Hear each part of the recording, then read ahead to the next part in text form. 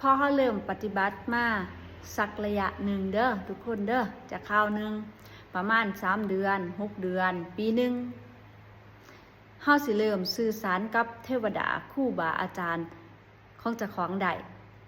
แต่ว่าพวกเจ้าบ่ฮู้โต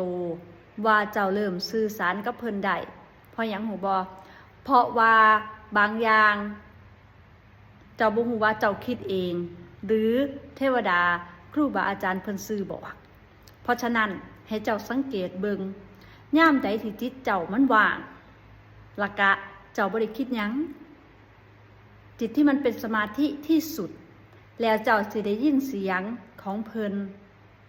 แต่ถ้าจิตเจ้าบ่ว่างเจ้ามีความสงสัยบ่สงบเจ้าก็สิมักคิดเองเองตอบโต้เจ้าของเองให้ไปพิจารณาข้อนี้เด้อว่าตอนที่เจ้าจิตว่างกับตอนที่เจ้า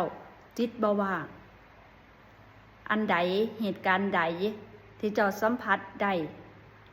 ถึงคำว่านี่ละจังสิละจังเป็นครูบาอาจารย์รู้สึกได้ว่ามันแม่นอีหลีเอาลองเบิ่งลองไปจับจุดนี้เบิ่งเด้อทุกคน